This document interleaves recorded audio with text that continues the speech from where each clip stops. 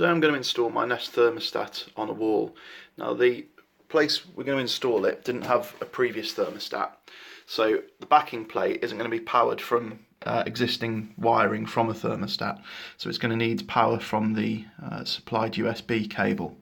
So the cable that comes with the Nest is 2 meters long. It's not quite long enough, so I've had to buy a longer cable, and the plan is to route it from the thermostat backing plate, and I'm going to chase the wall out, that's why the pencil line's down here, and then go across and then into a plug socket down here, which eventually will all be hidden beneath this shelf.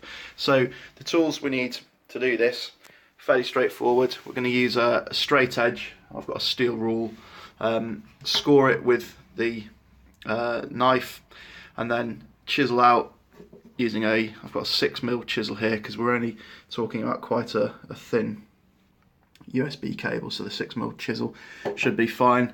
And then when we've chiseled out the channel to bury the cable, we're not going to do it to any great depth, probably about a 7mm depth.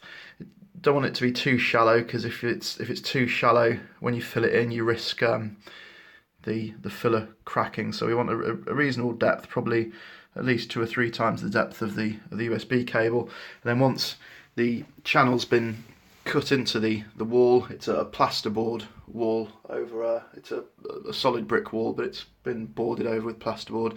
We're going to fill it in with some of this smooth finish filler. The reason I've chosen this is because it dries very quickly. It's touch dry in about 5 minutes, but it dries properly in about 15 minutes.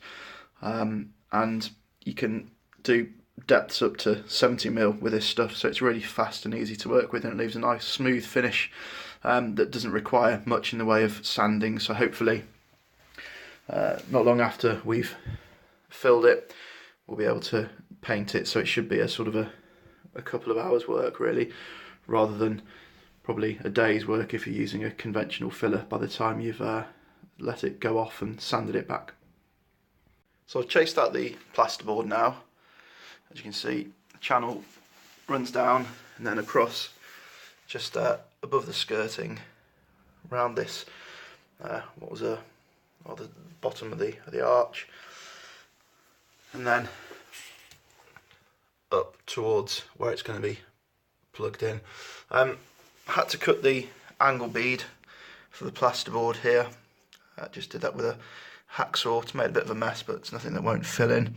And now I'm going to put a coat of PVA on the in the channel that I've made, just because it's going to be quite porous. So I'm going to put a coat of PVA on it, and then I think the filler will key in better once that's on. And I'm not quite sure what I'm going to do yet, but I may well glue the cable in, just a few dabs of glue just to keep the cable in place before I put the final the filler on.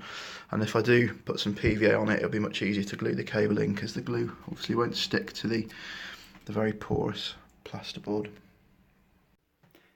So as mentioned earlier, the cable that comes with the Nest thermostat, the USB cable, is 2 meters long, but I need to come right down the wall, around the bottom of this pillar, bottom of the arch, and up there. So I need a longer cable, so I've bought one from Amazon. This one's I think it's about £5.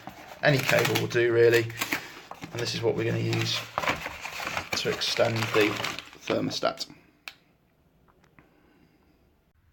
So as you can see, the backing plate's now connected up to the new USB cable, which we got from Amazon. So it's not the white one that came in the kit, it's this extended 4-meter one, and I've started to put the cable in the channel.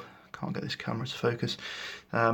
In the channel, and I've fixed it in the channel using a glue gun, using a good old Aldi glue gun, rather than using cable clips or any other method, just because it's quick and easy really, and hopefully it'll be effective. There's various ways you can do it.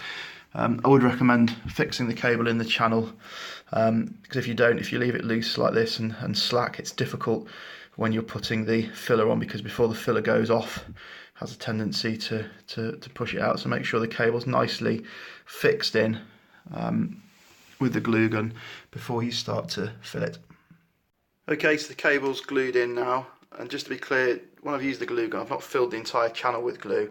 There's just a few, not sure whether it will show up on here, a few splodges here and there just to hold the cable in place every 6 inches or so, and particularly at the corners as well, where it has a tendency to want to pop out, so it's well glued in now.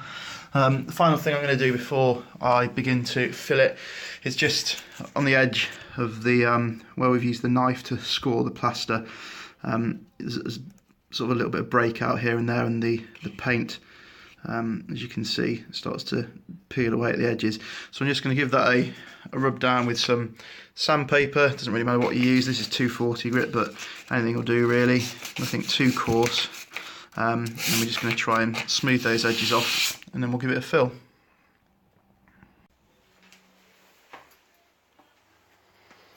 So there we go, all been painted now, and it's pretty seamless. You can't tell where the cable's been buried in the wall.